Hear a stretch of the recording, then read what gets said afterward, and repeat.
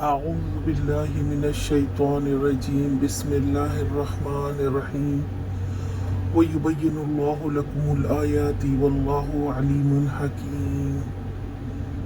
اللہ تمہیں صاف صاف ہدایت دیتا ہے اور وہ علیم و حکیم ہے۔ اللہ سبحانہ و تعالی حاکم بھی ہے اور محکم بھی۔ اس کے حکم میں حکمت ہے۔ اس کی حکمت تین طرح کی ہوتی ہے: اس کی ایجاد، اس کی صورت اور اس کی غائب۔ جیسے سورج کا بننا ایجاد ہے، اس کی روشنی، شکل، بناوٹ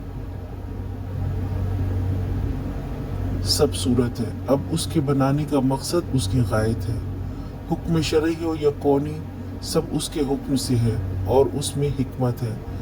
اس آیت سے پہلے جتنی آیات ہیں اس کی طرف توجہ کریں کہ یہ جتنے احکامات ہیں اور حد متعین کیے گئے ہیں زنا اور اس کے تہمت کے زمرے میں، ان کو اللہ تعالی نے واضح کر دیا ہے تاکہ ایسے مسائل پیدا ہوں تو اہل ایمان کس طرح معاشرے میں انصاف قائم رکھ سکیں، کس طرح اس کی روک تھام کریں اور مجرم کو کیسے سزا دی جائے۔